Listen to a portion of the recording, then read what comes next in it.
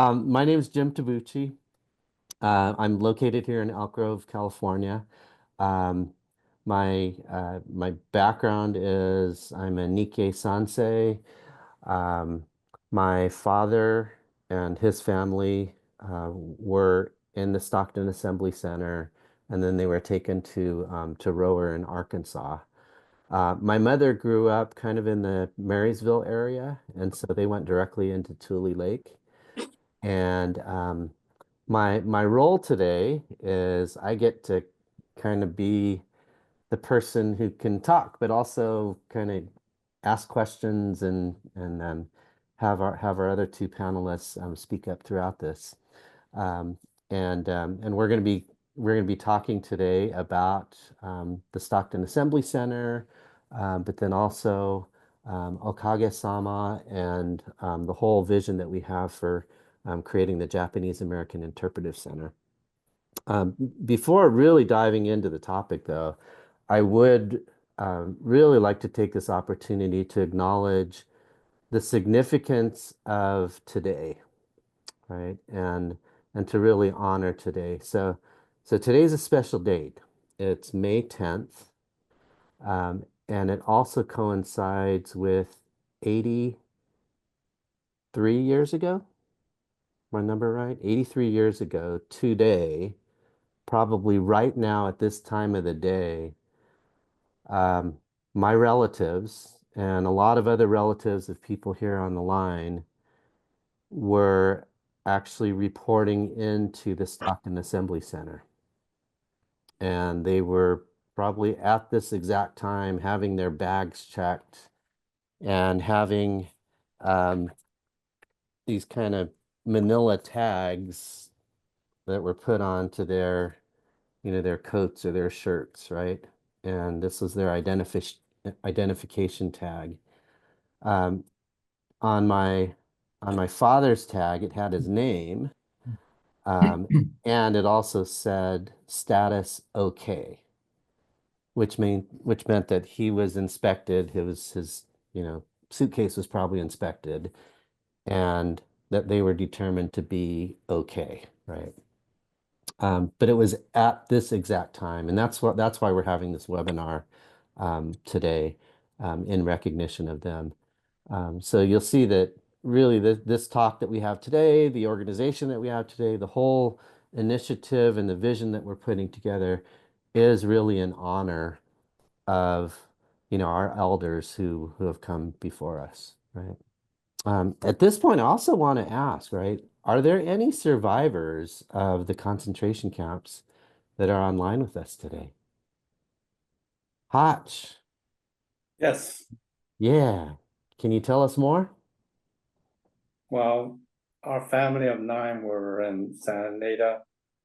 Also went to Jerome and Roar. Yeah. So you were in Jerome, and then when they closed Jerome, then your family moved to Rower? Yeah, except for 3 siblings, they were able to find jobs up in Chicago. Okay. So And they got a work release then. my oldest was eventually drafted and ended up in Germany with the 100 Battalion. Wow. Wow. Wow. Thank you for sharing that. Yeah. Anybody else? Any other survivors online? Hi, this is Nancy Sharp, but I'm having troubles with my screen. But I was in Jerome, Fresno Assembly Center, and Jerome and Roar. And I was about 3 years old, so I really can't remember very much, but I'm Mm, still living. that's fantastic. Thank you for joining us today. Okay. Okay. So yeah, we'll go ahead and get started with our proceedings here. Really, we have a few different things that we want to cover today, and one is a little bit of a history lesson. So we're going to be talking about the Stockton Assembly Center and providing more history about that. We're also going to be talking about this new organization that started up called Okagesama, and we'll tell you what all that means in a little bit. And then we're going to shift gears and talk about the vision for what we're trying to put together here. So I'll go ahead and start with the history of the Stockton Assembly Center. And we're super pleased to have Philip Merlot here. An amazing guy, absolutely amazing, who has spearheaded everything that we've done here, who has kept the energy and the fire going, even though it was kind of like kindling just in simmering mode for a pretty long time.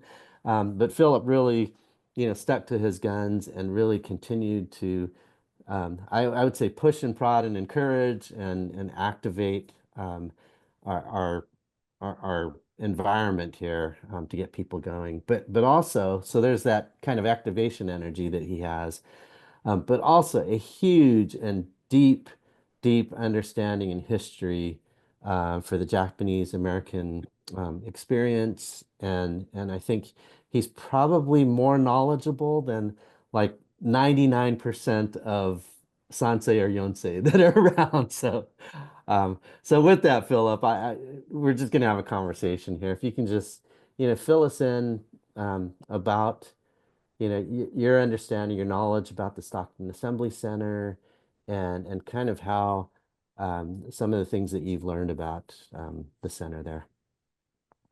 Yeah. Wow. Well, thank you for the kind words. My name's Philip Merlo. I'm the director of the County Historical Museum here in Stockton and Lodi, California.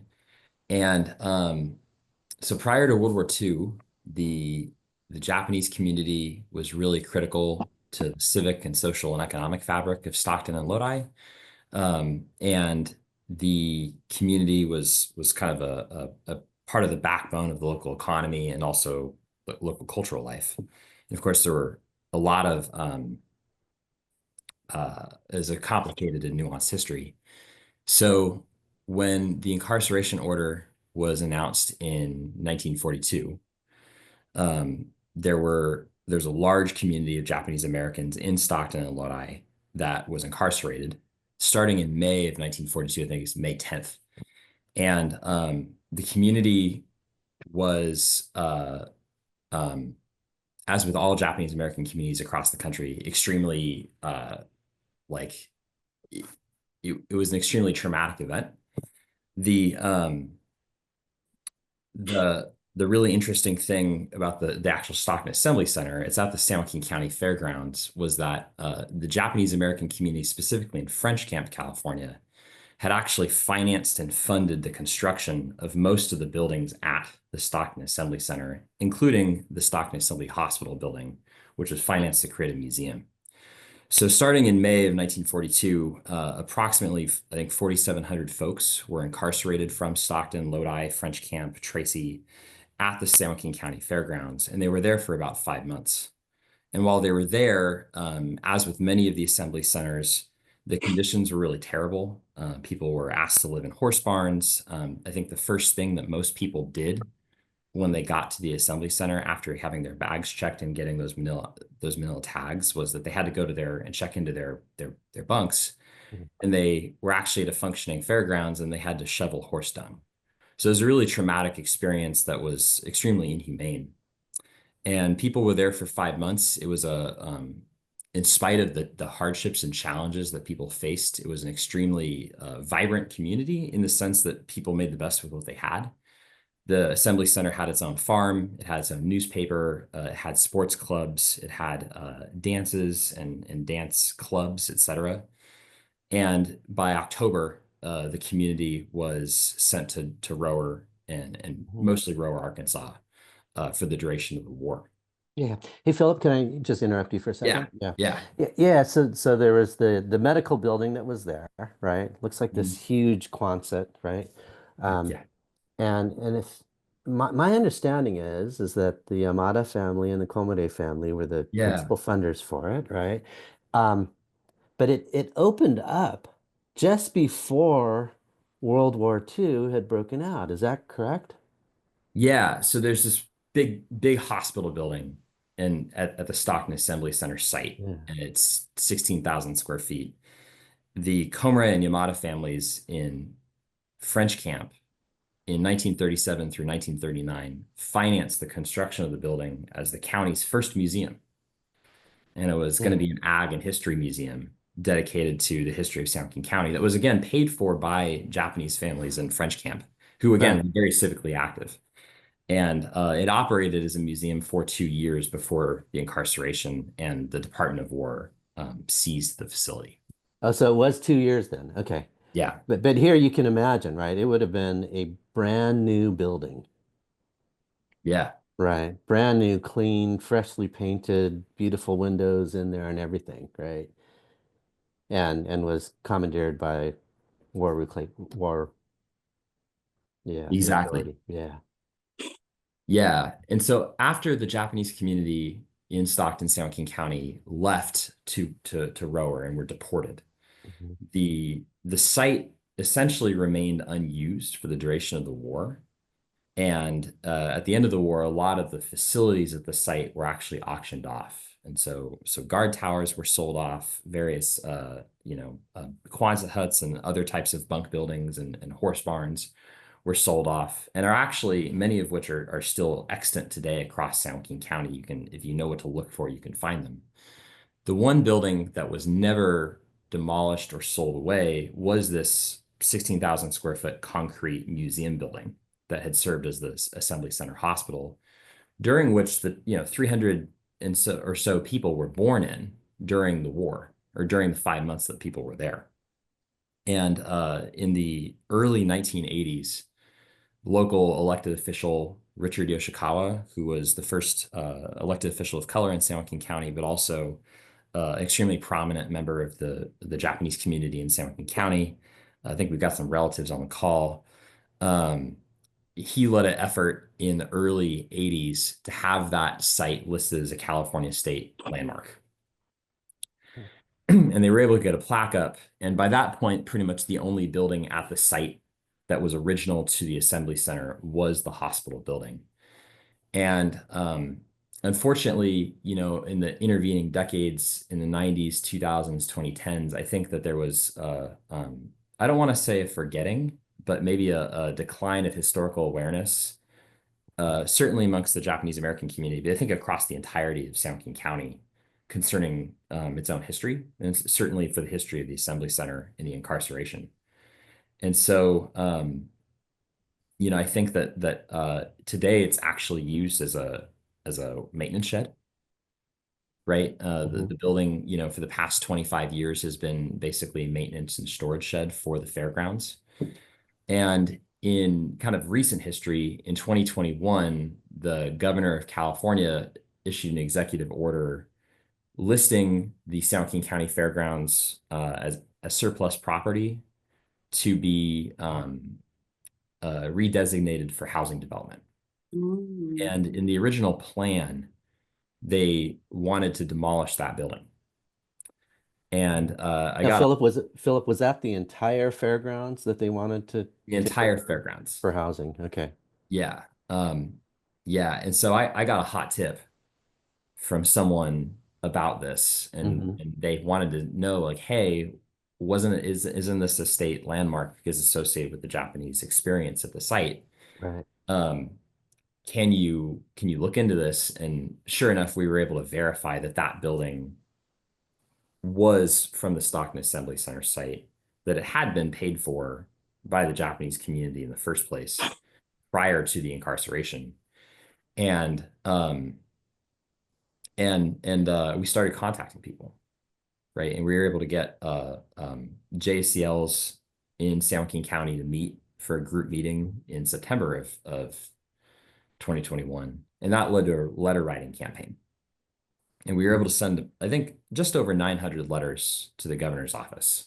That's great. And then by And November, by the way, yeah, for those letters, do you think they principally came from Stockton, or was it, nationwide? Were there we probably other got about half from locations? Stockton. Yeah, Okay, but there were letters from all over the country. that's great. Yeah. Yeah. And essentially we got a call from the governor's office that November saying, hey, we're not going to tear this building down. But then that Right. led to a different question that has really been the question of the past 4 years, is how do we preserve that site? Because both within the context of Stockton, but also within the context of Japanese American history, it is really significant, and and it's largely neglected. Okay, so talk a little bit more about the significance, right? And particularly the uniqueness of it, right? Well, I guess there's two reasons that's significant. The first is the actual historical significance of the incarceration and the historical significance of the incarceration in Central Valley. Okay. In San Joaquin County, it was the second largest, or depending on the year, the second or third largest Japanese American community in the continental United States Mm-hmm. prior to the war. And a lot of extremely prominent people in the Japanese American early 20th century experience were incarcerated there. And I think it's historically significant from the standpoint of just incarceration. It's also significant because it's the only assembly center, excuse me, that I'm aware of that has original buildings that are extant at the site. And so in terms of the historical fabric and in terms of being able to tell a story, in terms of being able to commemorate and memorialize the inhumanity of what happened, it's got priceless value, right? That Right, you can't right. really even put a value on it because it's like, oh my Yeah. gosh, like people were born here while they were incarcerated, right? Yeah. And even outside of that, because of the nature of San Joaquin County, there are structures across the county that could potentially be acquired and brought back to the site. Okay, tell us more about that. That was news to me, right? Oh no, right. Yeah. So Yeah. like there there are a number of documented structures Okay. across San Joaquin County, some in Linden Unified School District, Okay. Like what? like Like what kind of structure? a horse barn that's currently being used as a band storage shed for the Linden High School band. So that structure was from the San Yeah, Joaquin County Fairgrounds, which was somebody lived in there, right? yeah, And it's now been moved to Linden and is being used for another purpose, but it still exists, right? So it hasn't been destroyed. yeah. Or alternatively, there are guard towers from the incarceration sites that were for in a lot of different places across the state actually repurposed for duck hunting.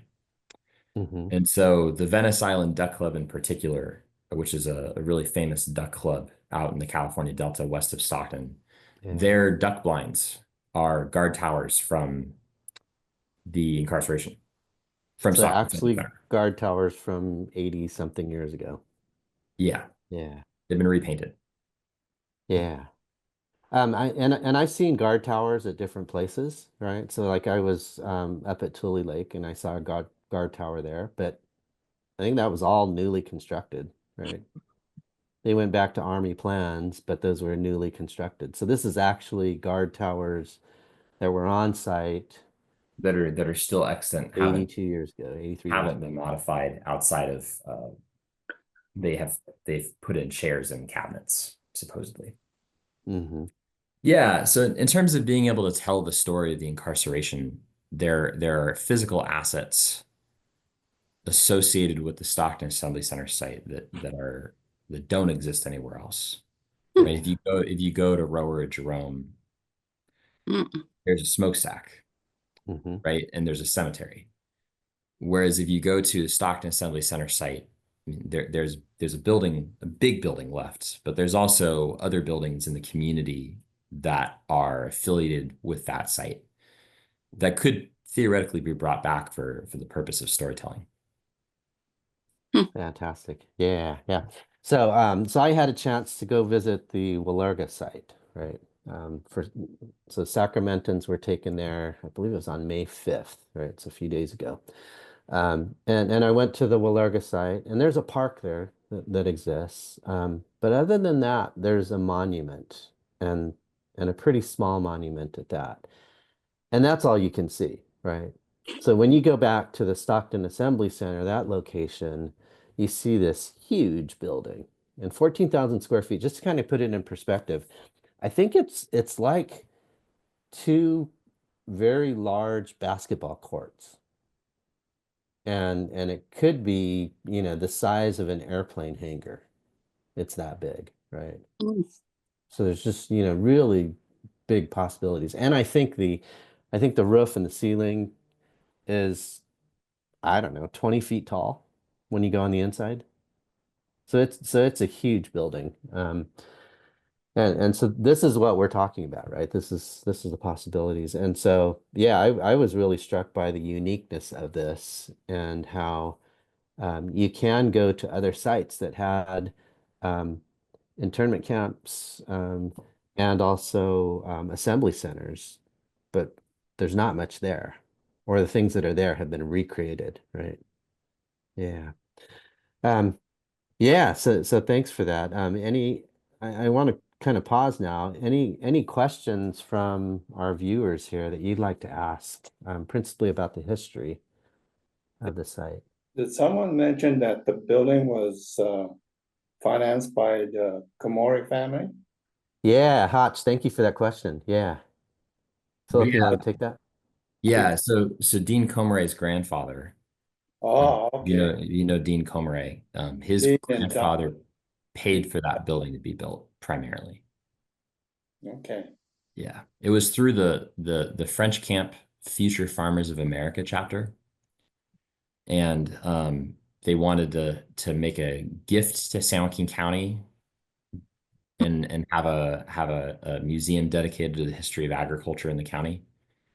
And it was essentially it was through the French Camp FFA, but the Comeray family was the primary sponsors of the project. So they can't reclaim the building? The Komori family. They never owned it. It was always a donation to the county and the state. And by the way, there was a pattern of that as well, right? Which Japanese Americans who were fairly wealthy had provided for the community, like the Stockton Hotel, right? Can you tell a quick story about that? Yeah. Yeah. I think Yeah.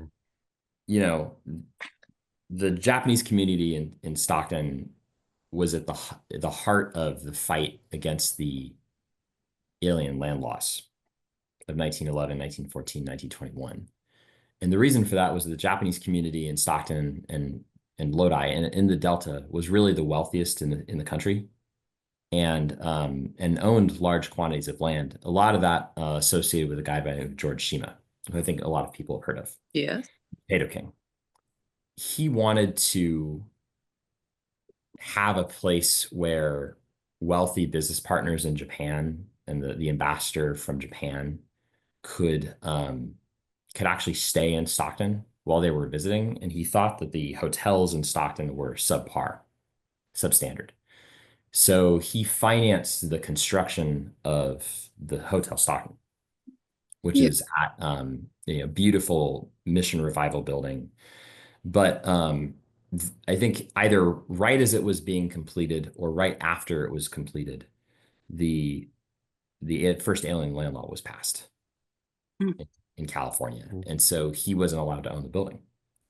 And so he ended up transferring the deed, the title, to a good friend of his, R.E. Wilhoit, who was a business partner.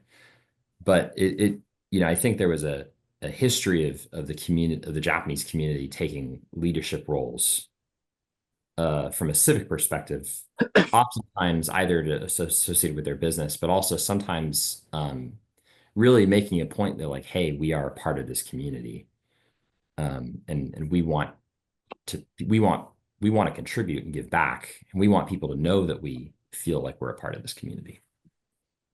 Yeah, so very clearly then Japanese Americans had really woven themselves into the fabric of this community, right? Yeah. In a very significant way. And to date, right, the Stockton Hotel is one of the most striking buildings. And when you see postcards of Stockton, you see the Stockton Hotel, right? Yeah. And it's really, stood the test of time that way. Yeah, I think that the other thing about the Stockton Assembly Center site and the hospital building in particular that I think is just really striking is that there are people who were born there. There are like hundreds of people that were born there that are still alive. One of the nurses from the site is still alive. She's 103 years old, and she's Dean Comery's aunt, actually, was a nurse in the building. There are a lot of people, both locally but also across the country, who have really deep ties to that site. So yeah. So there's significance not only within Stockton, but that this really represents the Japanese American experience, right? yeah. Yeah. All right. We're gonna shift gears a little bit now and talk about the Okagesama and the organization that's been formed. And I want to ask Allison to, if you can introduce yourself and all the cool things that you work on, that'd be great. I'm Allison Aranda. I am a Yonsei, and my grandparents went through the Stockton Assembly Center on their way to Rower. And so when I heard about this project, it was kind of during after the letter writing period and before things really started moving again. And it felt deeply personal to me because I knew my grandparents and other elderly relatives had gone through there. So reached out to Philip, and that's how I got connected with this. Yeah. And Allison, you're an elected official as well, right? I am an elected official on the Lincoln Unified School Board here in Stockton. Yeah, that's great. Thank you. Thank you for your service there. Yeah. So tell us a little bit about, the history of the committee that was formed and a little bit on that. Sure. So, like I said, I got involved. It was probably in early 2024 that Philip and I started having some conversations, and he was kind of looking for someone in the Japanese American community to kind of get things moving and jumpstart things. And I said, I'm happy to help. And so in the fall, I kind of got the list of folks that had been involved with the previous letter writing campaign. And we organized some meetings. And at those initial meetings, we were really kind of working on, what do we want to see happen with this site? Do we want to put the effort in to, preserve the site? What do we want to see come out of it? And after a few meetings and a visit to the building, we kind of landed on that we want to develop a Japanese American Interpretive Center, and with the hope of really just honoring and paying respect to everything that our ancestors experienced and sacrificed by being there. Yeah, that's great. So yeah, this committee formed and I think there's over 50 people on the list right now, right? And I think it'll get larger after this webinar. So Yeah, that's great. Yeah. Yeah, so opportunities for involvement and I would say not just within Stockton, but if you look at the list, we have people from really all over the country, right? yeah. Yeah, because that's the impact of what's happening here. Hmm. Yeah. Right. Yeah. So carry it forward, right? So you got involved and what Yeah. happened after that, right? So at one of our more recent meetings, now that we had a vision defined, we formed an executive board, and we elected Jim as our chair, and I'm serving as the vice chair. And we also have Janice Takahashi as our treasurer and Girly Hale as our secretary, and they are both also doing just a ton of work behind the scenes on getting things ready for meetings and upcoming events that we're planning on doing. So yeah. And then also at that meeting, we chose our name, Okagesama, which literally translates into thanks to you. But it kind of has this deeper, beautiful sentiment to it, which is that we are who we are because of you. And it expresses this deep gratitude to our elders, which I think is really appropriate for this project. Yeah, Allison, thank you for mentioning that. Just when you're mentioning that, right, I'm getting like goosebumps on my arms, right? And really where I had first heard of Okagesama, and I've heard this, I've studied Japanese and all that, so I know the phrase, but I really didn't understand the deep meaning behind it. Hotch, you're on the line, and we worked on the Sacramento Japantown mural together. And when we first started off, we called it the white brush ceremony. We had Reverend Bob who came out, and he talked with us, and he just shared this whole concept of Okage-sama Day, right? Which is it's referring to thank you, right? If you think of kage, the literal translation is shadow, right? And so we live under the shadow of our elders. And because of our elders and because of what they went through, um, the sacrifice and enduring, and we've heard this whole phrase of kodomo no tameni, right? It's everything for our children, right?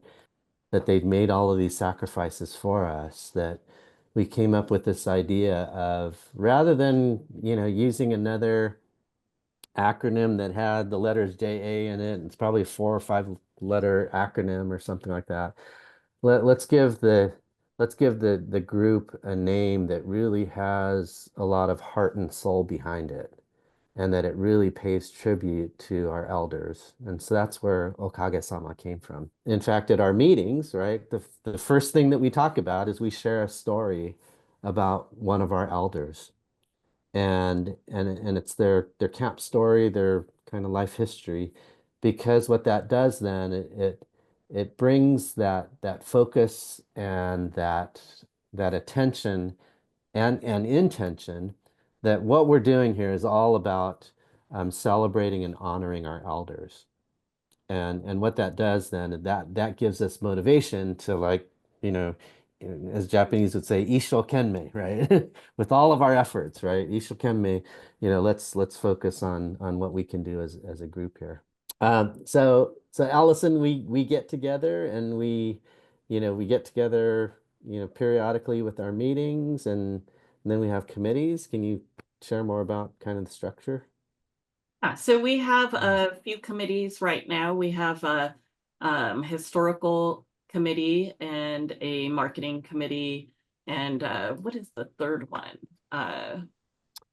We have a historical committee, marketing committee, and Fundraising. fundraising. Thank you, Thank you. Shirley. Yeah. Yeah. That Kind one of important. yeah. Yeah. We're still working on getting them going, but the marketing committee has been busy, hard at work. We've had we have an event coming up at the San Joaquin County Fair at the end of May. And, we've been working on some banners. Lane Imada has been doing some really awesome work for us there. We've started putting together a Facebook page and Instagram, and and so we're getting moving with the committees, and the committees will be doing work in between the meetings and reporting out to the larger group, and that's how we'll kind of just help the project move along. So Yeah, that's great. Yeah, so we're looking for people here's a shameless plug. Yeah, anybody that wants to step up and help on one of these committees, we are eager to have you. Is Okage-sama under umbrella of nonprofit, or are they gonna file for nonprofit? Oh, fantastic. Great question, Hutch. Yeah, so right now, we're under the fiscal sponsorship of Philip's organization, which is the San Joaquin County Historic Museum. And so we've gone that route because we could become a committee, thanks to Philip and his board. We can become a committee very quickly. And with the thought that as we get moving forward, that we could actually form our own nonprofit organization. But really, this is the fastest way to get moving, and so we're under the fiscal sponsorship there. Yeah, Hatch, did answer your question? Yes. Okay. Yeah, so we put up this call to action. You'll probably see this a couple times today, but yeah, we have opportunities to join our committees. We have a brand new Facebook page that's up. The website is okagesama.org. Thanks to Philip, we were able to snag that really cool designation. And that website is, I believe, 2 hours old, thanks to Karen Sugawa, who really made all that happen. So just in time delivery, it's fantastic. And the donation link is up there. Actually, the donations go through Philip's organization, and there's a button on there that says Okage-sama, so you can identify the donation for our organization. And that went up couple days ago, I think it was, right? And it's now linked to the website. And I think we got our first donor at what, 2 in the morning or something like that this Yeah, morning. yeah. Yeah, yeah. So yeah, that's moving. We have identified a grant opportunity, and we just got a confirmation that we are receiving our first grant. And some of the committee members don't even need to know this. So, but yeah, the James B. McClatchy Foundation has committed for a grant for us. So. Mm. So yeah, you can see things. I mean, they're moving. They're moving very quickly, right? And actually, that was one of the things that when I was elected, right? I don't know if I was voluntold to be the chair, but when I talked with Philip afterwards, I said, yeah, I'll take this on, but if we're gonna do this, then let's move very, very quickly, right? Like, why have any delays in what we're doing? And there really is, a couple reasons for that. So there's a sense of urgency because if you look at the building, right, the old medical building that's been used for, vehicle storage and repair and all that, it's not in good shape. You can see that there's glass windows that were probably there since the 40s, and many of them have broken. So they're broken windows where, cats are coming in. They're going in and out of the building through these broken windows. Um, and then there's roof leaks, holes in the leak where if you go in when it's sunny, you can see the sky up there. And when it's raining, you can see water pouring down through it. And so really, if you look at this building, it's in disrepair. It needs to be restored. Yeah, and so the building needs to very drastically be repaired and kind of put back in order. But then also I mentioned that, we're probably one fire away. If there was a fire in that building, it would probably need to be demolished. And so there's a sense of urgency there. The other, I think, more important sense of urgency in moving forward is that we have survivors that are with us today, right? As Mm. Philip had mentioned, there is a survivor. She was a nurse within that building that we're looking at. And wouldn't it be great if we could have movement or restoration of that building, and actually survivors of World War II concentration camps could actually see and witness and probably even advise a little bit about what we're doing there.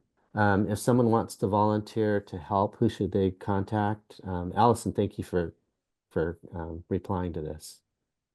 Yes, there's a real sense of urgency in what we're doing, right? Um, and what I'd like to think is that this isn't going to be a decades-long project, but let's get moving, very quickly on it. So Allison, anything else that you'd like to share about organization-wise? Anything like that? Uh, no, just that we are really looking for people that that want to be involved and are, and we don't care what experience you have, this is new for most of us, right? So this is a big ambitious project, and so any help that you're willing and able to give would be very appreciated. So Yeah, thank you for that. Yeah. And I would mention, I think this really is an A team that's put together. It's so cool to work with all the team members. Um, they say they're going to get something done, and it gets done. So it's just really cool to see a group of volunteers like that. Yeah. Yeah. Karen has come on board. Karen Sagawa. She's the one that I first worked with the Sacramento Japantown mural, and she was brought on board to help to really put together the website. And we're working on a logo right now, kind of going through different revisions on that. And her artwork and her creative side is just amazing to see. So we'll see a lot more evidence of what she's putting together there. So let's kind of, change gears now, and we're going to talk a lot more about the vision, and the vision of what we're dreaming about right now. All right. So, we've kind of the working title on this is we're working towards creating the Japanese American Interpretive Center. So a few key things about that, right? First of all, we're not restoring the Sacramento Assembly Center, right? Definitely in honor of the Stockton Assembly Center, and it's on site where the Stockton Assembly Center is. Um, but the idea is that this should be an attraction, something that anybody who has interest in the concentration camps, in the assembly centers, it could be people from Southern California, it could be people from, Fresno, from, Washington State, who want to come and see what it was like to be at a concentration camp, that they will be able to come here and learn. So one of the concepts that we thought about is that this is not a museum, right? We're not creating a museum. We're really creating an interpretive center. And so I wanted to ask Philip just to talk a little bit about that, right? You're involved in this. This is where you spend, way more than 40 hours a week on these topics. So fill us in. Like, what's the difference between what would be a traditional museum versus what we're talking about here with an interpretive center?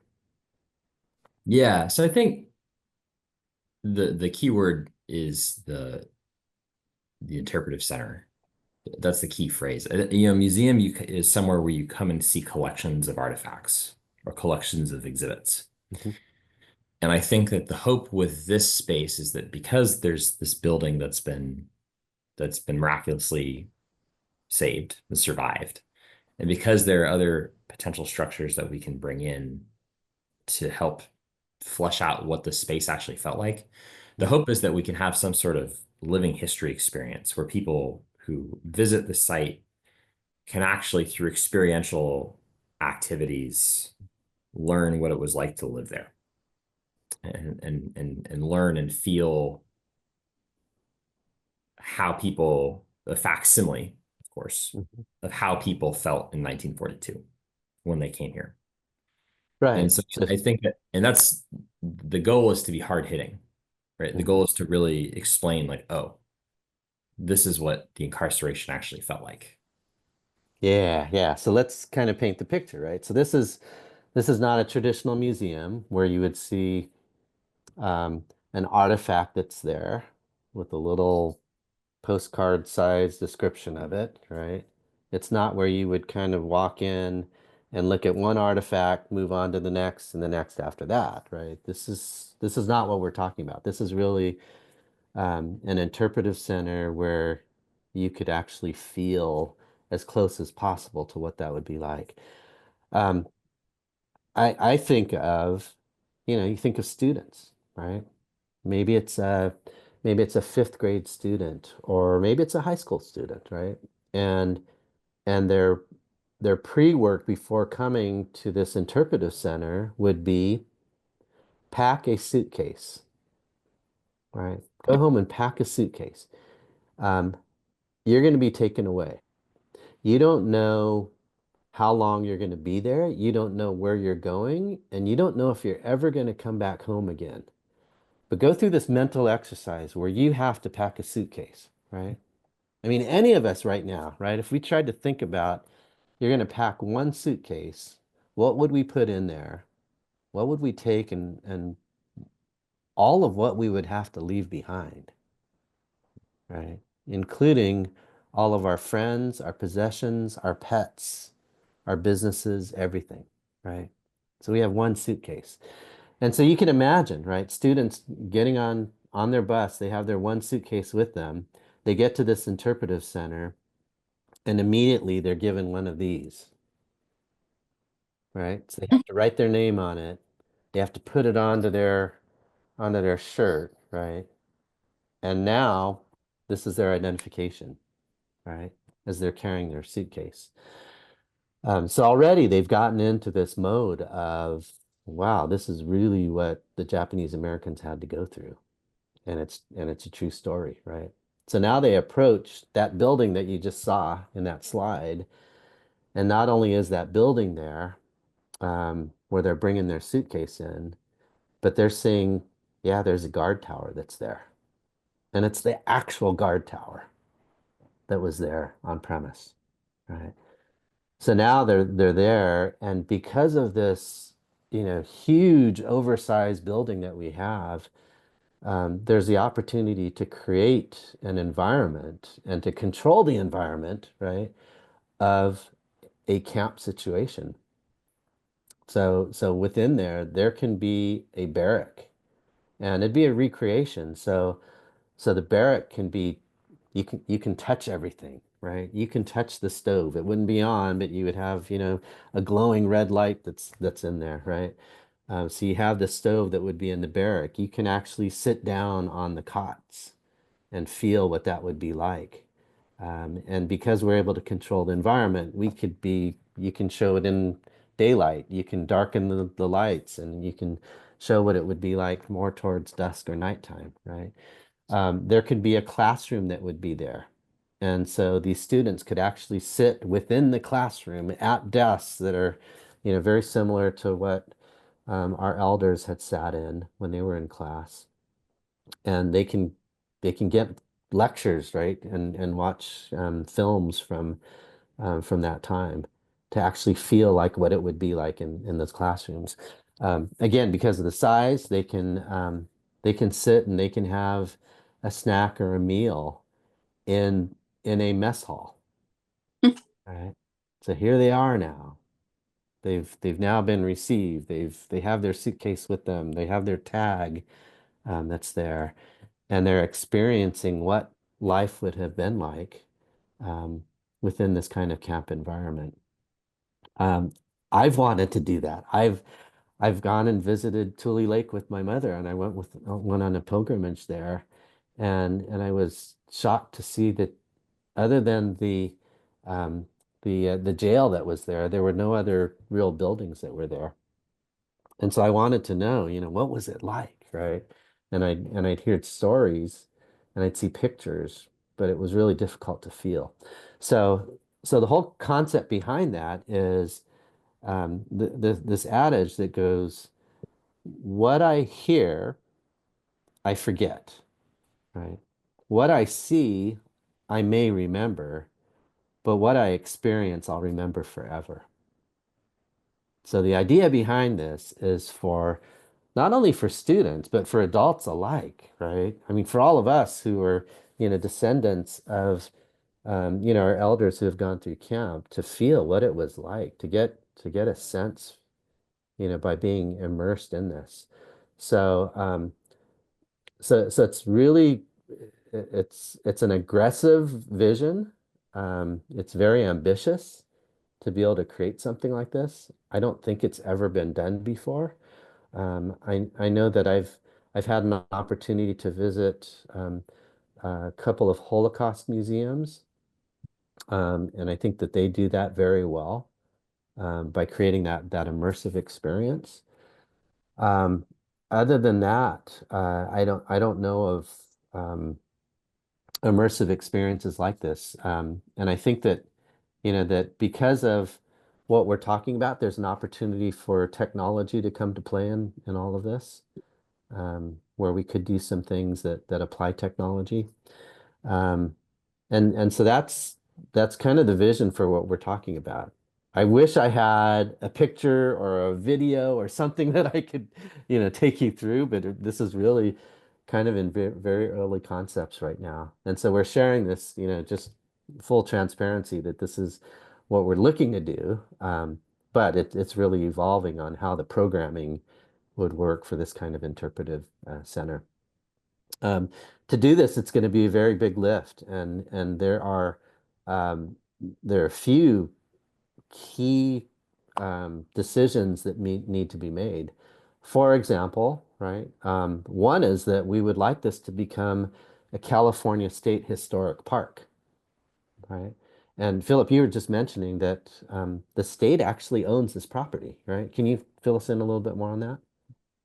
Yeah, so the San Joaquin County Fairgrounds is owned by the state of California through the South California Department of Food and Agriculture.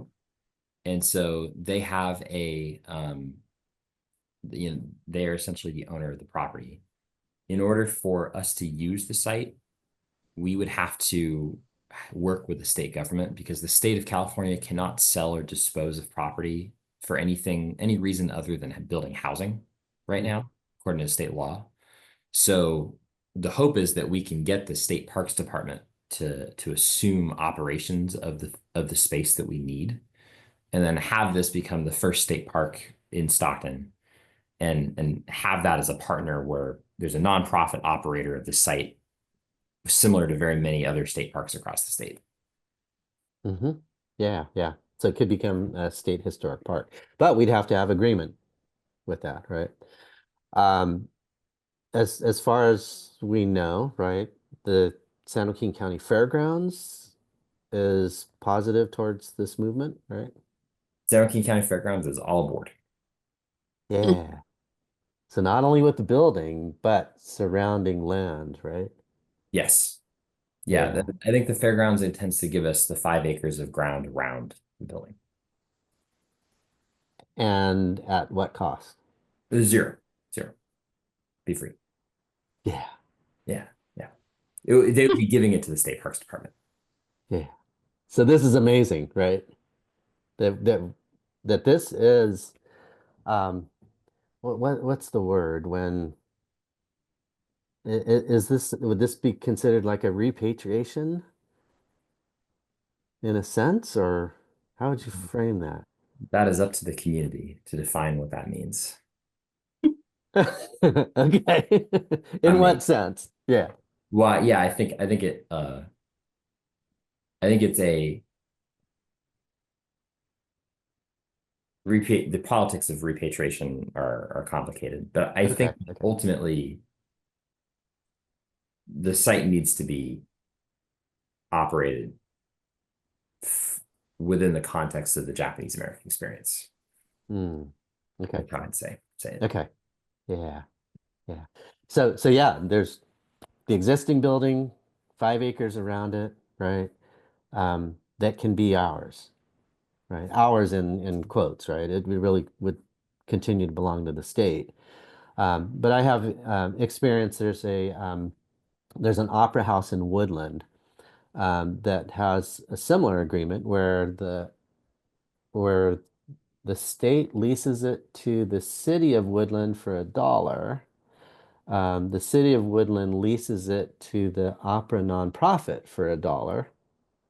Um, and and it's a California State Historic Park with the nonprofit that is operating the opera house, right?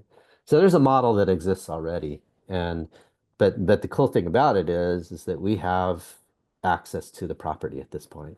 Um, so that's the first part, right? Which is, um, state parks approving this, and then there's the heavy lifting of, okay, now that you've got it, right? How are you going to pay for what you want to do? And and so that really gets into, hopefully on this, which would be state appropriations. And Philip, can you share any more about, discussions that have been happening there? I think that with the funding of this project, it is going to be a seven or low 8-figure cost to really, because again, we talked about how the building is in really bad shape, right? It's gonna cost a lot to fix the building and then to install the interpretive activities. But I think that the state government recognizes that this history is important. And Jim, Allison, and I have spoken with a lot of elected officials in the past 3 months in the Sacramento area, whether that's Jim talking with people like Chris Cabaldon or myself doing a lot of interfacing with State Senator Jerry McNerney or Assemblywoman Rhodesia Ransom. I've also talked with the state assembly people in other surrounding counties to the south. And it seems like there's uniform agreement that this matters. And so, and also that it's a really pertinent time to talk about what happens when government makes inhumane decisions. Right. And I think that that's a resonant thought process right now in a lot of our elected officials in Sacramento. And so the hope would be that, and Jerry McNerney in Stockton certainly wants this to happen, that in the June budget process, this would be a high priority and actually have like a Kickstarter, large appropriation to get this project off the ground. But, even if not this year, that gives us more time to reload with our application, so to speak, and our requests for funding and flesh out what the site will actually look like. But the ultimate goal here is to get state funding. So yeah. So I've had people talk to me about this project, and they're like, Jim, are you crazy? Right? This is like the worst time to be doing something like this. The federal government is canceling contracts. Anti-DEI, racial injustice. Racial justice it's not in favor with the federal government right now. History is being taken down, right? If we just look at the U.S. Army and how they temporarily had removed the 442nd from the 442nd, the Tuskegee Airmen, the Navajo Code Talkers, they removed them from the website, only to put 442nd back after they said oops, right? But yeah, things are being removed now, right? At least from the federal government. So I've had people telling me like, Jim, this is the worst possible time to do this, right? But I think as Philip, as you talked about, right? If the state really wants to hold true to our values, maybe this is the best time to do something like this, right? To commit and to make a statement that yes, this really matters, right? That teaching this kind of racial injustice really matters now more than maybe it ever has in the past. And so there's this phrase that really becomes kind of cliche, which is, never forget, never repeat, right? And people say that all the time, and yet there is this effort now to say, no, forget it, right? Let's repeat it, right?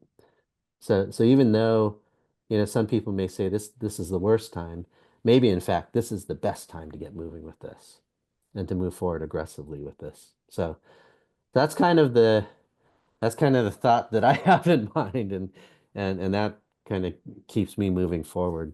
Hi, Philip, and Jim and Allison. Just wanted to mention I'm a graduate of Linden High School, and you mentioned there's a structure being used as a band storage. Well, there's a plaque on the swimming pool changing area. This was donated by the Japanese Americans in the Linden area. If we could use that in a way. I recall my father said they donated at that time $34,000, which was no small change for a group of Linden farmers. So we can use that as leverage in some way. yeah.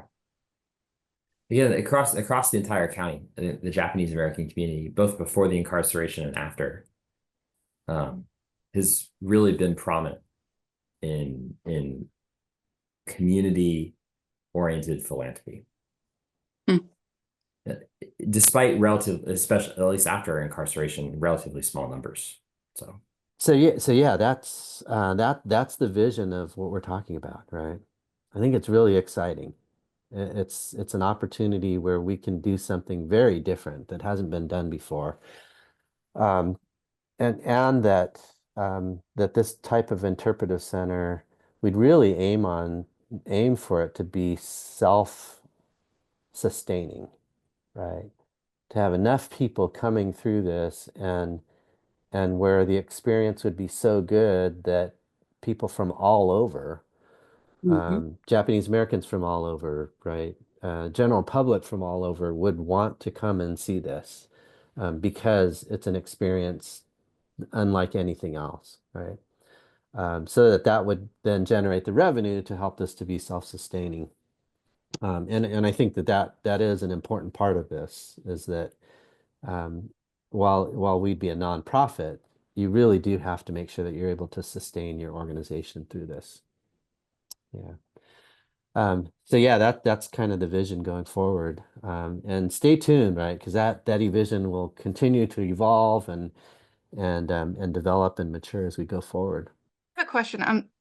I'm Amanda Roper, um, and I am a mixed race Shinige, and I work in preservation and museums, and I just have a question. I'm so glad that this is happening. It's very exciting. Um, I'm very glad to hear that it's really been a sort of local grassroots driven, that, so many of the people leading this they have that personal connection to the history that's just so important. But obviously this is a site of, national significance. It's really so important to everyone to understand this history. So I'm just sort of curious what your vision is, for reaching out, sort of beyond the JA community, and building that larger support. I mean, it sounds that there's a lot of state support, which is wonderful, but really reaching out to the nation at large, and helping people see the value of this. Yeah. Yes, I think if we could create something that is kind of a living, breathing organism, right? So we start off small and we start out local, but then it continues to expand. I think a huge part of it will be the attraction of being able to go to this interpretive center, so that people would actually travel, right? Or if they're in the area, they would make sure that they stop by and make time to see this, because it would be so significant. Um, I, I do think that this would apply um, fully to the Japanese American community, because what we're trying to do is to find something that would be representative of what all Japanese Americans went through in the assembly centers and the concentration camps. But beyond that, right? For for those who have heard about it, but they really want to gain a deeper experience behind it, that they would be able to come to this center and be able to experience that. I know for me, I really wanted to understand the Holocaust experience. So I've gone to Munich and have gone to the concentration camp there. I've been to Israel and I've been to their museum there. I've been to Washington, D.C. and have gone there. And so it's something where if people have an interest, yeah, I'm not Jewish in any way, right? But I certainly want to understand that experience more. And I think that can be the case for many others. The common reaction that I get from people who are not Japanese American is like, really? This actually happened, Mm-hmm. right? How come I was never taught this? All right. And so now, if they have that interest, this would be this kind of center where they could actually come and experience it. Yeah. Amanda, do you have any other ideas on, how we can expand the reach? I, I think I love your answer. I think that's wonderful. I just I'm wondering if there's maybe other, organizations or groups that maybe are trying to educate about this history, that can also be utilized to, you know, get the word out, like I said. And I agree, so many people don't know this history. And I just, maybe there are other organizations, educational groups that can help, you know, spread that word. That's great. Yeah, yeah. Amanda, please stay in touch with us. Of course. Yeah. Janlin, you had a question. Is anyone getting the word out to the JCL National Convention and an article in the Pacific Citizen? I know that we have people on the committee who are, I think we have 2 or 3 presidents of local JCL chapters. I don't know if it's gotten to the national convention yet. It should, right? Definitely. An article in the Pacific Citizen. An article has not gone there yet. I'm also a journalist with the Nikkei West, which is a small newspaper. So I did write up an article for that, and that's available for, we can distribute that out. But yeah, that's a great idea for Pacific Citizen as well. Right. Yeah, thank you. Any other questions or comments, or actually words of encouragement would be pretty cool as well, right? Because what we're talking about is really heavy lifting, and there's going to be a huge amount of volunteer hours that go into this to make it happen. Yeah. Um, I can jump in with words of encouragement and gratitude to you, Jim, and to everyone on the team. I have a personal history with this location. My grandfather was one of the, I don't know what they called it. It was some sort of like a council member or something for the Assembly Center when they were there. And my dad was born, I don't think in the building, but during the time that his family was incarcerated at the Stockton Assembly Center. So it has a very deep meaning for me and my family, and I'm so grateful for all the work that you're doing. I'm excited about this project and would like to help you guys in any way. So thank you for all your efforts. no, thank you, Julie. Appreciate it. Yeah. Yeah, and linkages to the camp. My father, I discovered a picture of my father going through Dorothea Lange's book, and she was an amazing photographer. And just thumbing through this book, I looked at this one picture of these kids that were in the Stockton Assembly Center, and I'm like, that's my dad. That's my father in this picture, and he's got this goofy hat on and his glasses.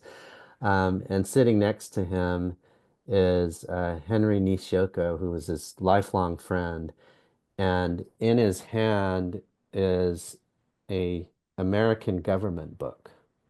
And so I'm sure Dorothea Lange had him hold up his book so that she could take this picture of him learning about American government while he's imprisoned in this camp. Well, I just think, in addition to like, we definitely want people's help, right? And so if you haven't checked out okagesama.org, check out okagesama.org. Like, and learn about our project, stay engaged. Let's get your email address. When it comes to this type of project, we need momentum. So, Yeah. and people are momentum. So. Yeah, that's right. Yeah. Yes, I know we have some amazing people on the line today. So that really is the call to action. If we can put that slide up again. There's just lots of different ways to stay involved and to contribute and move this project forward. And we're moving fast, right?